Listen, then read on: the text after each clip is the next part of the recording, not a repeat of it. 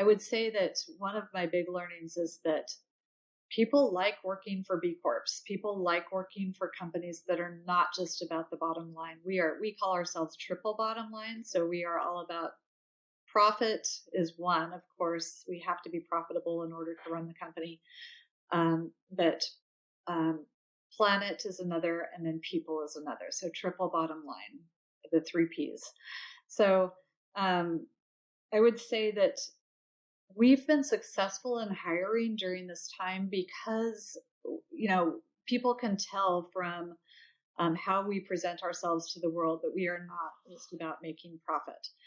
And so I would encourage that for other companies out there too. I think it's a strategic advantage. This is Evolve CPG, a community of purpose-driven brand leaders who not only believe in better, but actively pursue it. That's better products, better brands, and better leadership for a better world. Join our online community at community.evolvecpg.com. I'm your host, Gage Mitchell, founder and creative director of Modern Species, a sustainable brand design agency helping better brands grow and scale their impact. On today's episode, we're speaking with Michelle Hirons, founder and CEO of Hiring, about how she centers her business on creating quality jobs and offering great service. Hi, I'm super excited to be on here. My name is Michelle Hirons. I am the CEO and founder of Hiring. We do outsourced operations support for small to medium-sized businesses, mostly in the impact space. We offer fractional and full-time support, and also we have quite a few CPG clients as customers. So excited to be on this show and look forward to this interview. Yeah, I'm excited to have you on here too. I think it's a unique service that you offer that we haven't covered yet. So I'm really excited for the community to hear more about what you do. And we'll get to what you do. But I like to start with a little background on people, like the leaders and how they've gotten to the place that they are now. So I was digging around in your background and noticed that you spent some time working in what I assume is the family business because it has your name attached to it. Can you tell me a little bit more about that business and what you did there? Sure. So I grew up in our family business, Hirons Drugs, up in Eugene, Oregon. We had 2 locations on either side of the University of Oregon. I was raised in a crib in the back room. And so by age 4, I was sweeping and pricing. And by age 6, I was 4-pointing shelves, straightening merchandise, and helping with customer service. I got my first start in customer service at age 6. By age 8, I was learning how to make change and run the register. And by age 12 or so, I was a buyer, going with my parents to buying shows and picking out products and learning to write purchase orders. And That's then amazing. did all of the tasks, and then got into bookkeeping in college.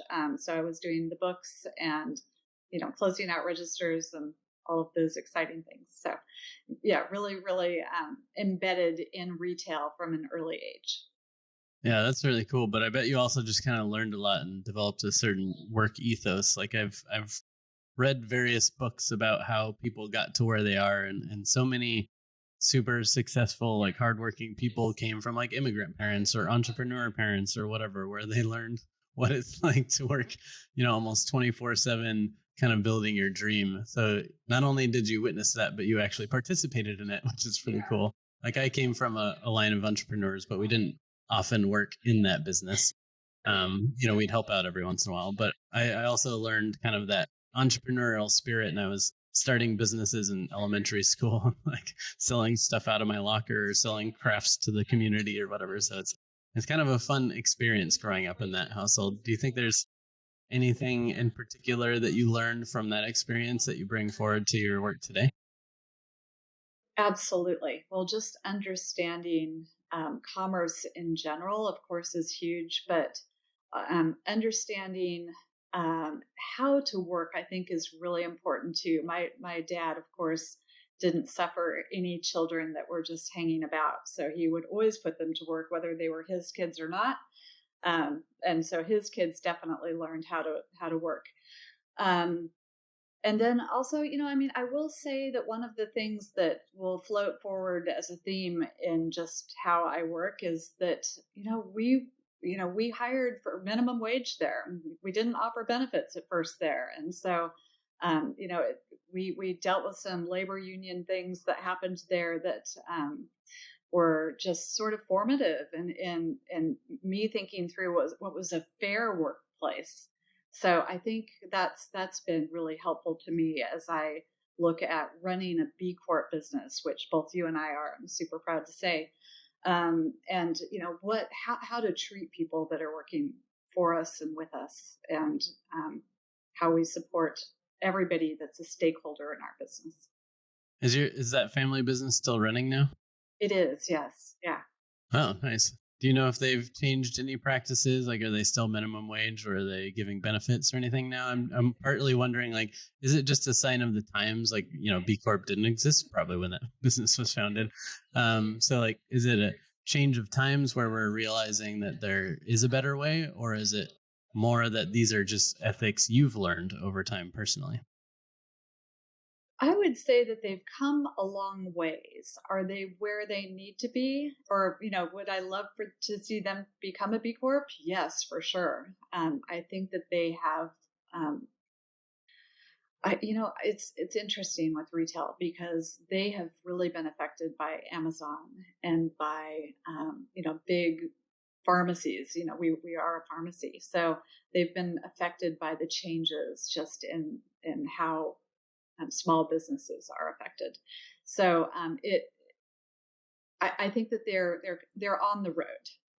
Yeah. I'm proud to say they're on the road. That makes sense. But I always also believe that, like, it's so much harder when you've been in business for a long time and your entire model is built around certain, pay scales or benefit levels or whatever, and then to make the change, it's really difficult because then the change will be very noticed. Like, either, by which I mean, like, you're gonna have to raise your prices, you're gonna have to change your policies, you're gonna have to change people's hours. Like, there's gonna be a lot of change. But when you're starting a new business, it's always easier because you can just build those ethics into the business from day one.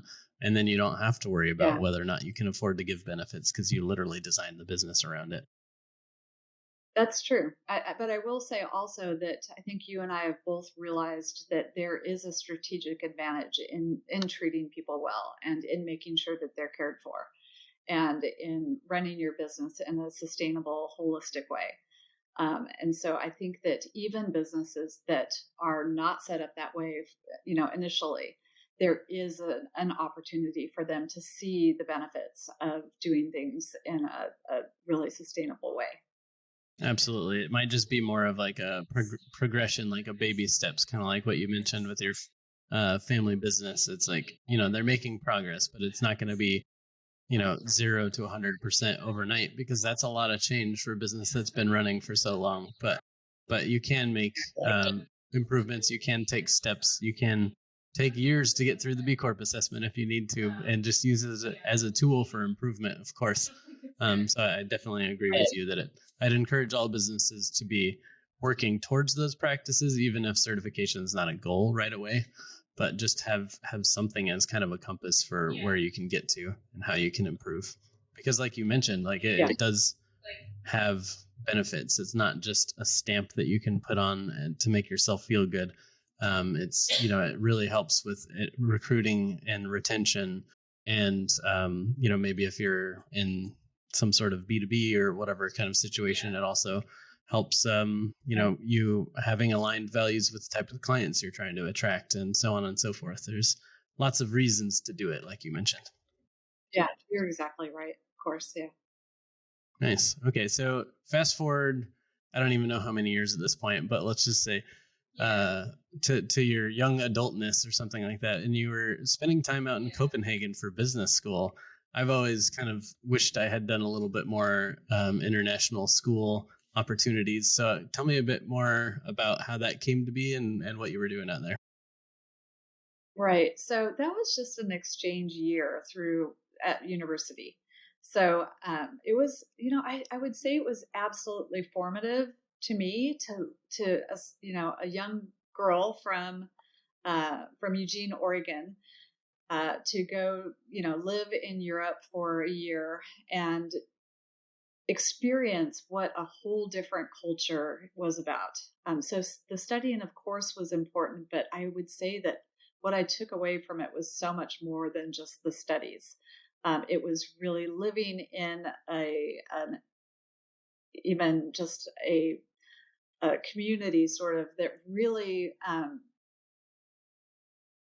offers more care to their citizens than what we do here. So I don't think I ever got into a car until I left that program. I was always on trains, and the trains were quick, and they came all the time, and you could get to from one place to another. There's a lot of walking. It was very centralized. And it was just the care that they took for their citizens over there, and how they structure their political system basically over there was very different from what I experienced here. So it was really eye opening, and also it sort of has guided me in terms of what I think would be helpful as we work through sort of these challenging times over here. How can we be better? How can we take care of our citizens better? How can we take care of our employees better? How can we really utilize our skills and our smart thinking um, to to optimize just our systems and processes. Yeah, that's great. There's something so beautiful about traveling to other cultures and learning that your way of doing things or the way that you grew up with isn't the only way. And there are completely viable other paths. Some of it works and some of it doesn't. But just experiencing that there are different ways to approach things, I think, is so eye-opening. I almost wish there was some way to make it mandatory for even like public school. Like every kid in high school has to go to another country for a year or something like that, and do study Absolutely. abroad. I don't know how that even works. I know I had a friend that had a study abroad person live with him from Australia for a year when we were in high school. I don't even know how those programs came about. Nobody ever told me I could apply for that. So I think that kind of stuff should be more publicly known, and maybe some government support to make it happen for people who don't have the money to do something like that, just because it is so eye-opening and there's so much experience that you bring back and a new awareness and maybe even new compassion for others too that maybe don't see things the way you do. You just kind of open your mind a bit more, I think. Right. I totally agree. That would be an incredible investment if we could do that for kids here. Nice. So, as we talked about at the top of the episode, you came from some entrepreneur lineage, of course, but now you are also an entrepreneur. And I know there was kind of a journey between all this business school stuff and working with in your family's business to becoming an entrepreneur.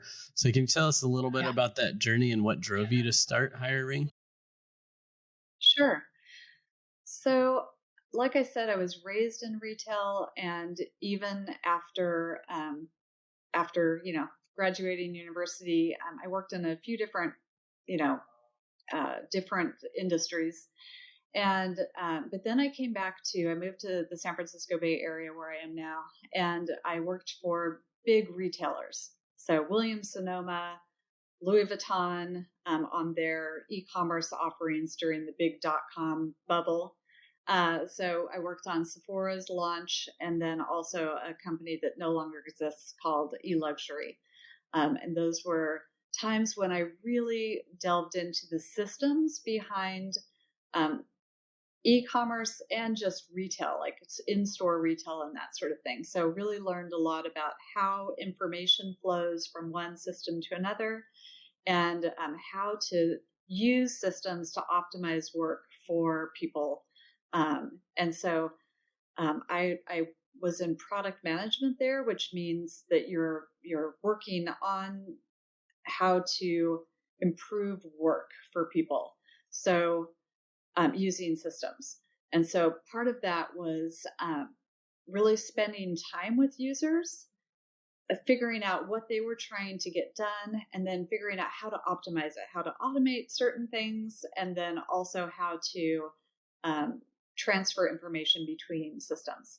And so, as part of that, I got to spend a lot of time on the ground with people in stores, using POS systems, or people in warehouses using warehouse systems, or people in call centers, which is where this whole journey sort of began.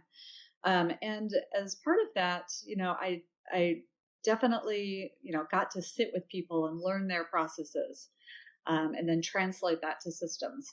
But one of the things that I really noticed was that at corporate headquarters, we had beautiful surroundings, amazing benefits, and restaurants right on site where we could just run up and grab something really quickly that was healthy and delightful, and you know sit out on beautiful decks and look over the San Francisco Bay. And great benefits, groups of exercise groups, and just a bunch of stuff. But then you would go to an offsite location, usually in definitely a lower wage area. So definitely Las Vegas was an area where I traveled to, Baltimore, the outskirts of Baltimore, and then a lot of time in Ohio for the Gap. And so spending time in the call centers there, spending time in the warehouses there. And, it's just a very different situation than it was at headquarters. So a lot of, very hourly labor, where lots of churn, lots of, working our way through people, a lot more constraints on time, no fun restaurants, no fancy restaurants, not the benefits just weren't the same. And so as part of that, I always wondered, all right, these people are on the front lines of the brand experience. How is it that we're not treating them well too? And so later on, I went to be the head of operations for a startup, and it was in the ticketing space. So we worked with big cultural institutions.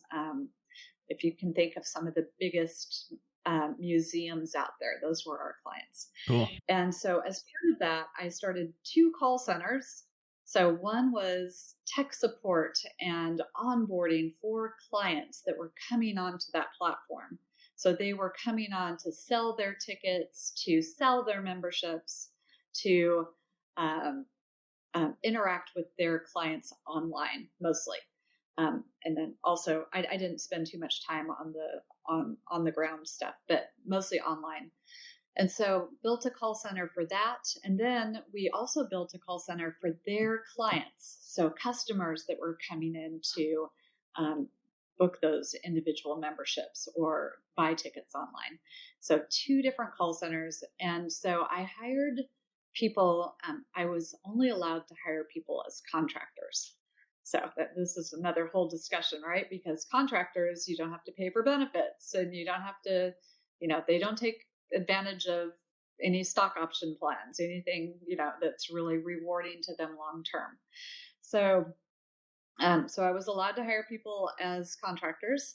And so I hired work from home people from all across the US. And we worked on sort of the model of remote work and how to develop a culture, and how to manage and how to, treat people that are working remotely.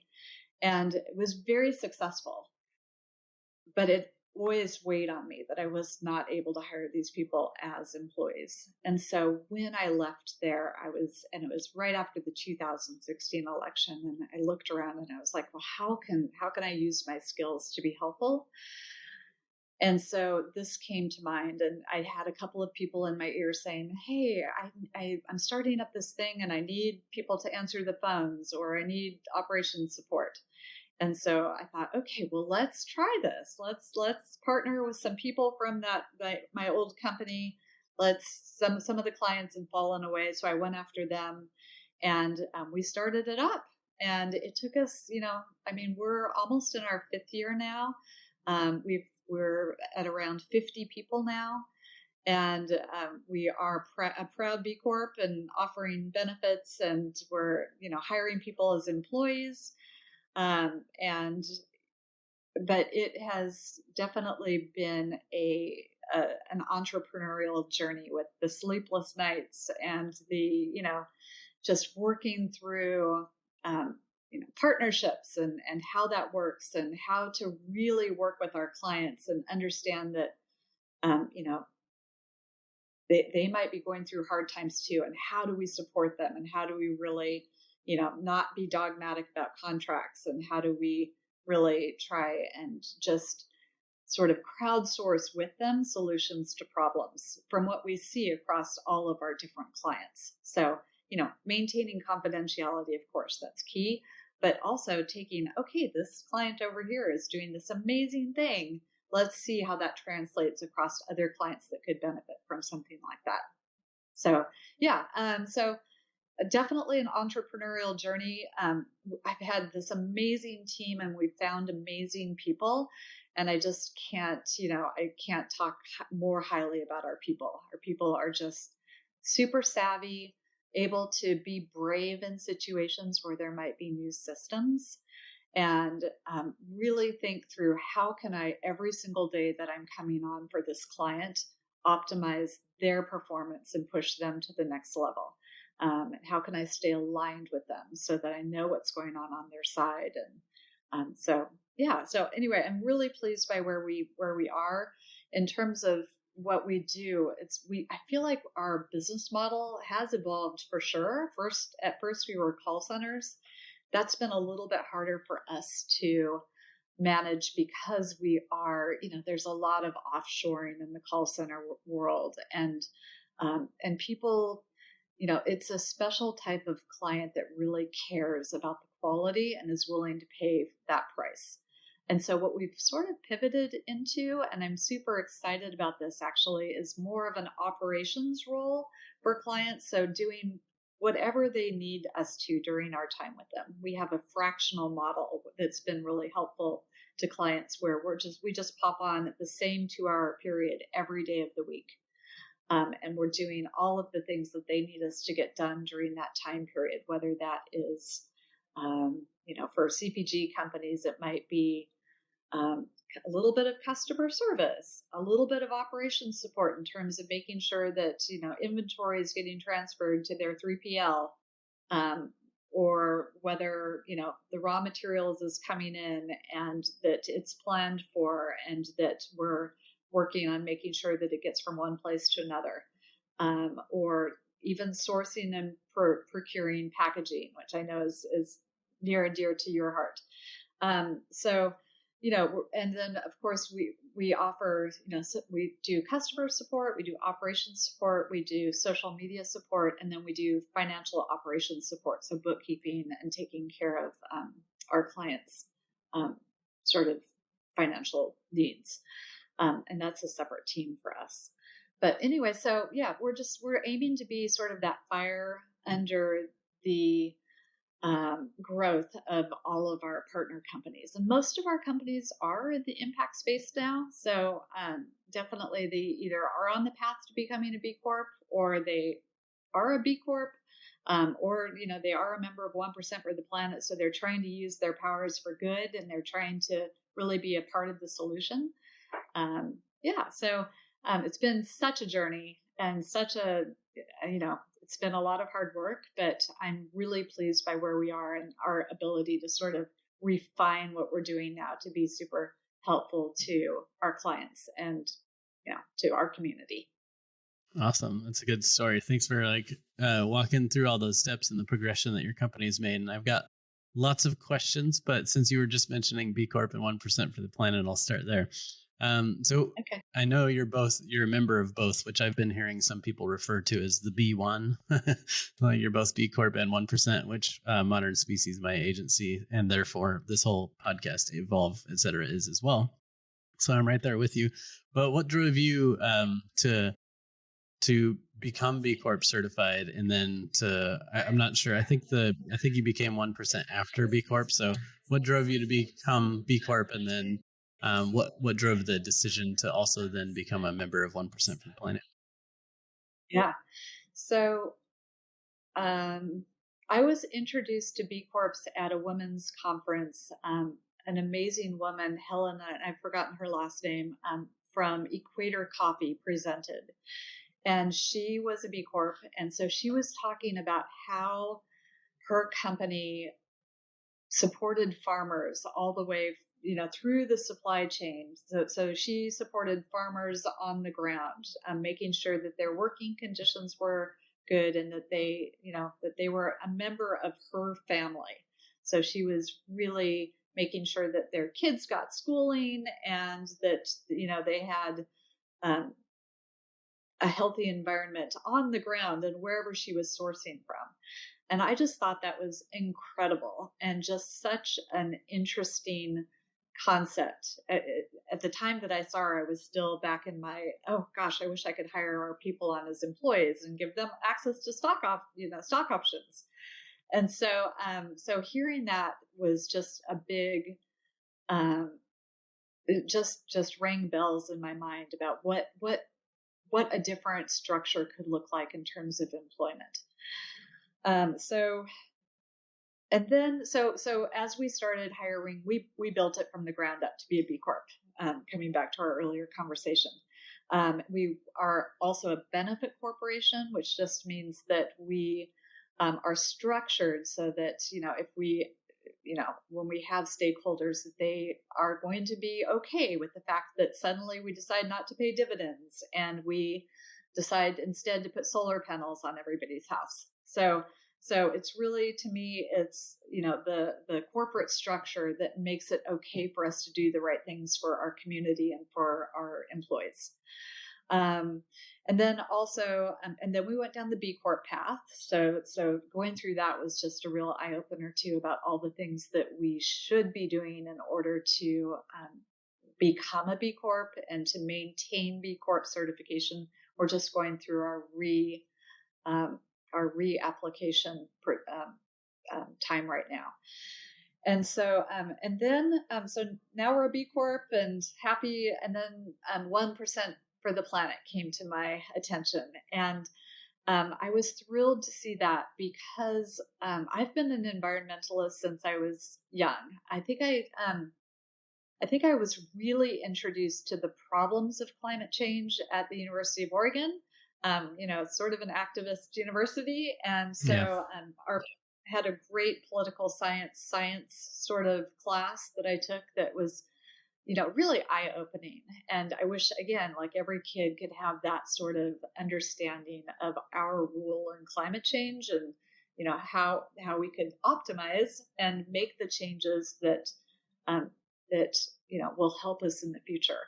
That those things can be lovely and sustainable and green and a long-term benefit to our entire society. So I saw this 1% for the planet, which was started, of course, by the founder of Patagonia, and it's not 1% of your profits; it's 1% of your revenue. So it actually is it's not an easy thing to join, right? Because it's a significant amount of, as a B Corp, we don't run with huge profit margins, right? We're really mission focused. We're trying to create great jobs. That's our mission. And so, 1% of our revenues is not an easy thing to give up.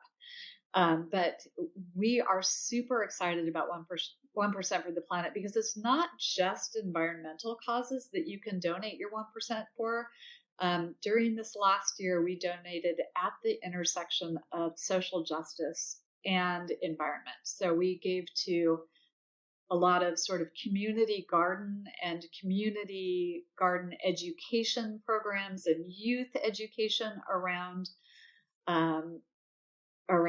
sort of food production and agriculture and sustainability, as well as climate change things. So we put it out to vote to our community and said, okay, here are some of the opportunities in our communities where we have bigger teams, and we want to try and support these communities that we're in.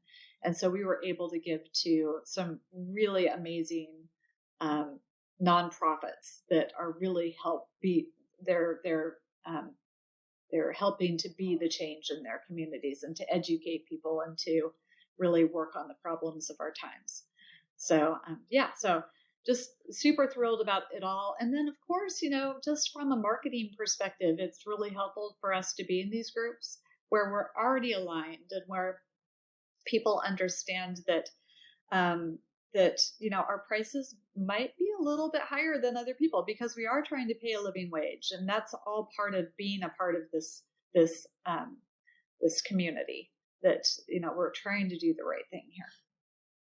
Yeah, your prices might be higher because you're paying a living wage, but then hypothetically speaking, because you're keeping people around longer, they're going to be better team members for you, but also for your clients, right? So in theory, they're going to get more by paying more. It's not just like they're having to pay a premium and to feel good about themselves at the end of the night. It's like they'll actually see tangible value from that, I assume, at least.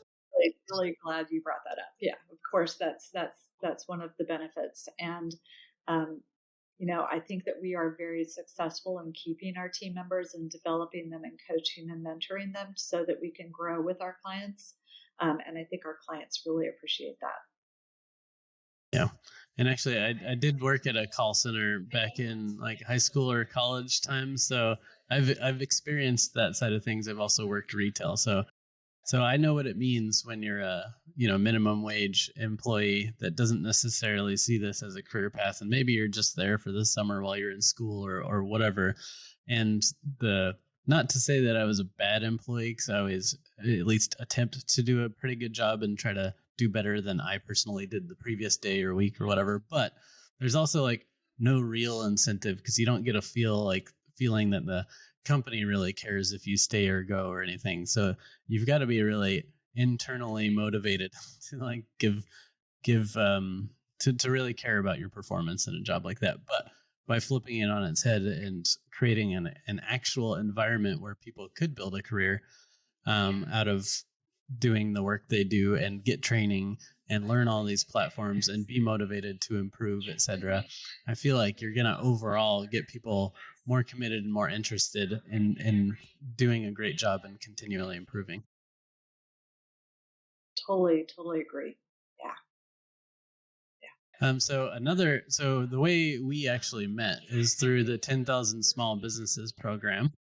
For those of you who don't know what that's all about, it started 5 years ago or something like that. I'm not entirely sure, but with the goal of teaching 10,000 small business leaders the kind of maybe some of the skills that they either haven't dove into in a long time or maybe never got, because a lot of entrepreneurs didn't come from MBA schools or anything like that. So kind of going through some of those basics, but really the whole idea of the program is to kind of help entrepreneurs shift their focus to work more on the business instead of in the business, because it's so easy to get sucked in and try to be involved in everything and do everything yourself, especially when you're getting started. So anyway, it was a great program. We met there. Of course, we had the privilege of going through the national program during COVID or right when COVID hit. So our program got a little bit shaken up. But with that said, I'm curious if anything you were working on during 10,000 Small Businesses, if anything kind of came to fruition, and or if there's anything like really eye-opening that came from that program that's helped you kind of change the way you're running your business now.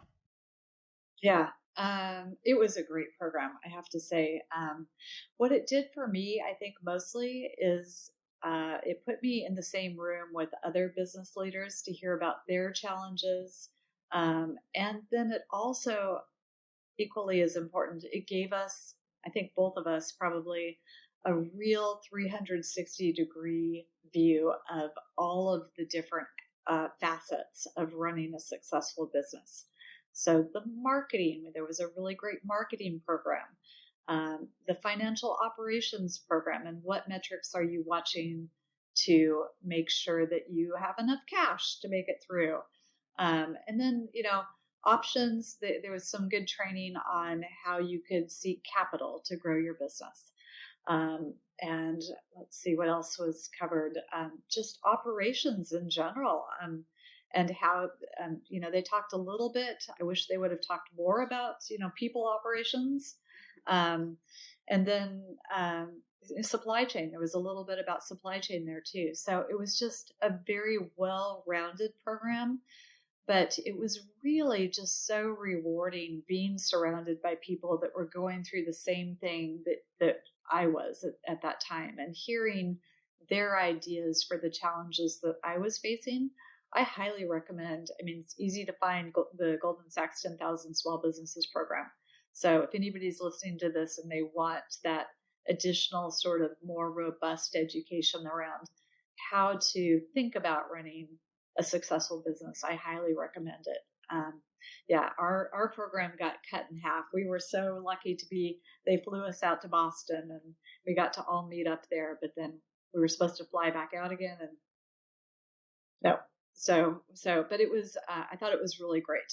And I've kept in touch with quite a few people from the program. So it's really nice to see where they are in their business and see that they're running successful business. And I would say that a lot of that is probably due to the learnings that we got to experience there. Yeah, I think, and I know they do surveys to see if businesses have changed in any way since going through the program. And they usually have a pretty good track record of businesses growing and business leaders having more or generating more revenue and hiring more people and so on and so forth. And that's the entire point of the program for those listening, is that they realize that small businesses are the real growth engine in the U.S. economy, despite what the media tells you about all these giant businesses. Small businesses are the main employer, and if we can help them learn the skills they need to support more people, hire more people, and create good, meaningful jobs, then we'll help fix the economy overall. So it's a great program. Check it out. But yeah, I was curious to see how you've taken any of those lessons. I know for me, I think my main takeaway was, I'm always reading business books, and I'm always kind of like thinking about what I should and shouldn't be doing. But to be surrounded by a bunch of people, like you said, that are all kind of in that same mindset, and it kind of breaks you out of your silo a bit, because it's so easy to just get stuck. When you're in the middle of what you're doing, it's hard to see it from the outside. So to have like a bunch of people there who can help see your business from the outside, and who are all trying to figure out how they can do more of like work on the business instead of in the business, I think was really inspiring. So that's kind of the ethos I took away, and some of the advice I've given to other entrepreneurs since, and what I'm still trying to work on. I can't necessarily say I fully succeeded just because of the COVID pivot, but some things for sure came out of it for me. Like this podcast is one of the things that I decided to start doing, partly because of 10,000 Small Businesses. Yeah, it really helped us refine our message. I would say that that's probably one of the biggest things that came out of it for me. And then just really thinking through how we could use what we learned there to be helpful for our clients too. So that's been those are probably the two main things. They really encourage you to focus on an opportunity there. And I would say that wasn't the biggest help for me, but it was more around how I could use what I learned there to help our clients and to help them think through their challenges too. So speaking of helping your clients, you've mentioned some of the areas that you focus on in helping clients. And I think I'm glad we had this conversation, because I didn't even realize you did so much like bookkeeping and other things too. But is there any kind of common challenge that a lot of your clients have come to you with that you've started finding like good solutions for and been able to help people through some of those challenges? And if so, can you share one or two examples of how you're helping your clients grow? Yeah, so especially in the CPG space, I would say that the challenges are um, somewhat common between clients. So a lot of different clients are dealing with third-party warehouses. So we have gotten used to the challenges. I would say none of our clients use the same 3PL. So we've definitely had higher success rates with some versus with others. And then just, seeing the challenges around that. Inventory systems are a real big area of discussion for us. We're just hiring on our first people that really specialize in inventory systems and procurement and compliance. A lot of the different areas that are that weigh heavily on our CEOs that we work with, and that they would love to try and get off their plates. So that's what we're really trying to do, is to learn as much as we can in these areas, and then be able to sort of package that as a helpful offering to our CEOs who we hear these areas of needs from. And I meet almost weekly with each of our CEOs to especially when they're onboarding, to really hear about their challenges and how we can help, and how we can pivot the service that we're offering for them to be the most helpful and take the most work off of their plates. So I would say that, Amazon, of course, has been a big area where we've had a lot of learnings, and how to work with their, fulfilled by Amazon sort of things, and also how we are working with customer service over on Amazon, both moderated comments and just orders that are coming back through. It's a little bit of a challenge there because we don't have quite as much information from Amazon as we have through other platforms. There's also portals such as Fair and RangeMe that we have a lot of expertise with now. Also working with, we work with B2B and B2C, so it's sort of a nice mix where we have the areas of expertise to work with, big retailers that are purchasing from our clients. So how do we help with those relationships? Follow up around purchase orders, especially first purchase orders that are taking place, and how we're onboarding those new retailers that have found our client.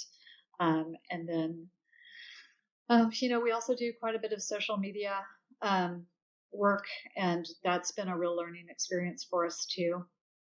How can we tell the story? How can we tell the brand story? And how can we really try and gain engagement, and, follow influencers and ask for influencer collaboration, and really think through, the value that we're getting from social media. Social media has its challenges for sure. I find it very frustrating sometimes, but in terms of marketing, it has been a very successful channel for a lot of our clients.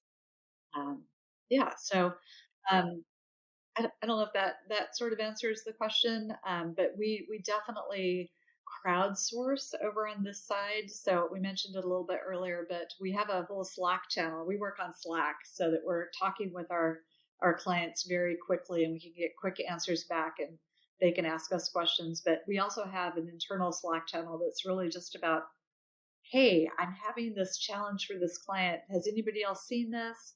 Can you help me think through this? And so it's really a service. And eventually, yes, maybe we'll do our own collaboratory where we bring our CEOs together so that they can think about how they can work with each other to do collaborations on social media, or anything else that they can just hear stories from each other, right? So Yeah. Well, in the meantime, until you start that, feel free to point them to community.evolvecpg.com, where where we're connecting, it's entrepreneurs and marketers and consultants and a bunch of people who just know this space. And the whole idea is that if we connect all those people who have a lot of knowledge and can share it, we can all get further faster together, essentially, is the idea. It's still kind of a work in progress, but we're almost at 100 members and aiming to continue growing that. So we'll see where it goes. So on the flip side, as a entrepreneur, I think you've been doing this for about 5 years now, right? So I imagine a lot has been learned, a lot of big challenges have been overcome. So can you talk a little bit about some of the biggest challenges you've overcome, and therefore like maybe some advice or things to look out for other people looking to become entrepreneurs or who are earlier in their days? Yeah, I think I have probably two big learnings that I've taken out of this. One would be, it's always a challenge managing sales versus operations. So that has been an area where we've gone slowly in terms of sales. We do have a lot of opportunity out there, especially in this time when labor's been a little bit harder to pin down, and to there is a lot of churn right now, and I would say that one of my big learnings is that people like working for B Corps. People like working for companies that are not just about the bottom line. We call ourselves triple bottom line. So we are all about profit is one. Of course, we have to be profitable in order to run the company. But planet is another, and then people is another. So triple bottom line, the three P's. So I would say that we've been successful in hiring during this time because, people can tell from how we present ourselves to the world that we are not just about making profit. And so we've, I would encourage that for other companies out there too. I think it's a strategic advantage. The other thing I would say is that one of the hard things that I've had to learn is that not everybody is going to be aligned with you all the time.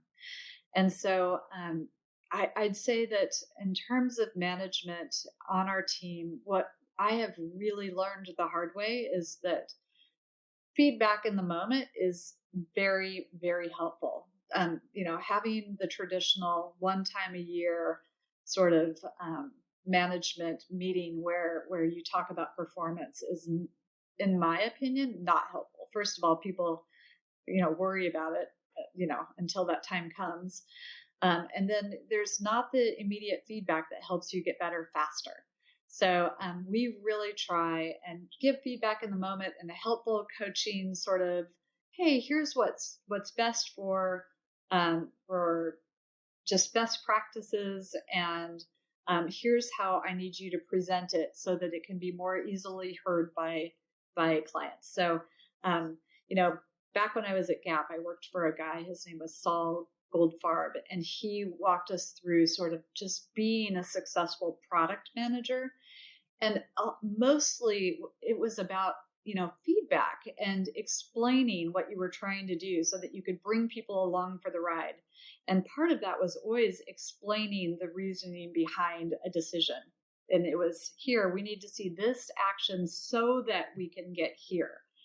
And so what I've taken from that is that that can be a part of all of our feedback to our people, or to even our clients or other stakeholders in our business, so that we're really giving clear, concise feedback that's actionable in the moment. And so that's been really helpful for us just in how we manage our team, and also like in more fraught situations with partners where we're being forthright about what it is that we need. And then also another thing that I found that has been helpful is giving people options, right? So here's the situation as I see it.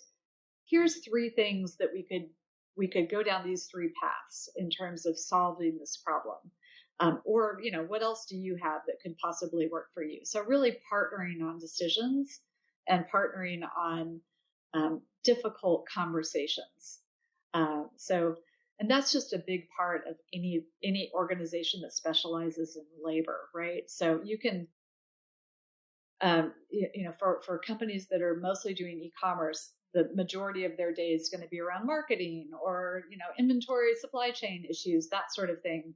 And then a little bit around labor. And for us, it's a lot about the conversations around how you're enjoying your job and how you're doing your job, and is this the right thing for you? And so it's really about having those real upfront and helpful conversations. So those are my two things, probably. Nice. I love it. It's, just treating people like people and not like cogs in a machine, I think is a big takeaway from some of that if you involve people in a process, get their feedback, make them part of the decision, like hopefully they'll be more bought in on whatever that decision is later, and everyone can be happier with it. So that's great. Yeah. So now let's flip it around from like lessons learned to like, what does the future look like? I know it's like a lot has probably changed, and maybe you don't even recognize the company from what you thought it would be 5 years ago. So if you were to project out 5 years from now, what do you feel like the future looks like for you? Well, we've grown a lot the last few years, and I'm proud of that. And we've also figured out how to do business better. So I think we are poised to do amazing things and to grow even faster. Having said that, it's really about bringing operations along with it, so that we are always optimizing how we bring on people and how we work with our systems to automate as much as possible, so that people um, can work on the savvy part of the work that needs to get done, and we can automate as much as possible. So there is a bit of automation that needs to happen over on our side. One of the other things that we're doing too is we're investing in our infrastructure, so that we're building out a portal for our clients. And I think that they're really going to enjoy this, where they can just pop onto one space and get to their Slack and get to their invoices and get to, if we're taking calls for them, which we do, um, get to those calls so that they can listen to them in real time and hear what we're saying to clients, or they can see their tickets that are coming in through, Shopify chat, or through their email system, and they can see how we're responding to those tickets.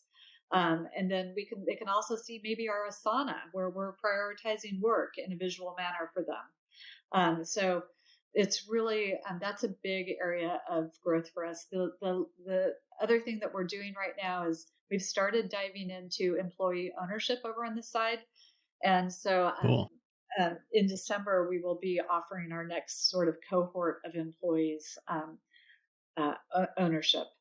And so we started this 2 years ago, and really excited, just from my background and being part of a family business, to offer people more of a reason to be excited about coming to work every day, and to really pushing forward as much as they can, and helping our clients grow. Because I would say like 65% of our business comes from current clients, um, adding on services with us, or adding on hours with us. And I would say 90% of we don't do a ton of marketing, because 90% of our business comes to us through word of mouth. So it's really just making sure that we're killing it every day, and that we're bringing our employees along with us. Nice. I mean, that's another reason. We've talked about lots of different reasons to be B Corp or whatever else, but just caring about your people means they're going to take care of your clients. And by taking really good care of your clients and always just trying to do whatever you can to pay attention to their problems and solve their problems, etc., that, that is marketing, like, yeah, it seems maybe expensive because it takes a little extra time, or it seems expensive because you're paying people more or giving them benefits, but you're saving all that money that you would have had to spend on marketing and getting more clients, right? So not to say that you should ever not do any marketing, because I think marketing is beneficial in that, you might get a lot of word of mouth, but you might not be getting the type of client that you want for your future growth based on your plan or whatever, right? So marketing can help you like strategically move towards the future. But with that said, just being good to your people and being good to your clients brings in more work. That's just one thing off of your plate as an entrepreneur that you don't have to worry about quite as much and freak out about where work's coming from. So yet another benefit to being more purpose driven. Yeah, I would say our marketing is really focused on being a good member of our community. So maybe sponsoring the 1% for the Planet meetup that I hear is going to be on the books pretty quickly, or sponsoring the B Corp gathering, or I'm a member of We the Change, which is women B Corp CEOs. So how can we work to try and make that organization better? And so that really is the extent of our. That's our main part of marketing that we do. It's beautiful. I think that's probably a good place to wrap up. I realized we're coming close to an hour here, so you probably got to get back to your busy life. But I appreciate you taking a little time out of your day to share your story. It's fun to hear more about your background, and I really appreciate how you're kind of bringing your ethos into the business and not just trying to aim to maximize profit or even try to like just do the bare minimum. But it sounds like you're really constantly improving, trying to do more and more and more good for the world. So I really appreciate that. It's inspirational. I've been looking to try this employee ownership path at some point, so I might have to do a follow-up call and just pick your brain on that sometime. So thanks for being a great inspiration and for kind of leading the change. Awesome. Thank you so much for your time. Cheers. Thanks for listening. If you'd like to learn more about Michelle or her company, go to hirering.com. Business can be a powerful force for good. Is your brand living up to its full potential? Go to evolvecpg.com to learn about our new impact workshop, Exponential Good. Over 6 weeks, we'll be thinking bigger, getting relevant, spreading throughout, going exponential, working backwards, and making it real so you can walk away with a clear vision and a detailed action plan for scaling your brand's positive impact exponentially. Subscribe to our podcast and YouTube channel for more innovator interviews, expert advice, and leadership discussions. If you like this episode, leave a heart, thumbs up, or review, and share it with your colleagues. As an ever-evolving show, we also love feedback, so send us your thoughts or ideas for who we should talk to next to evolve@modernspecies.com.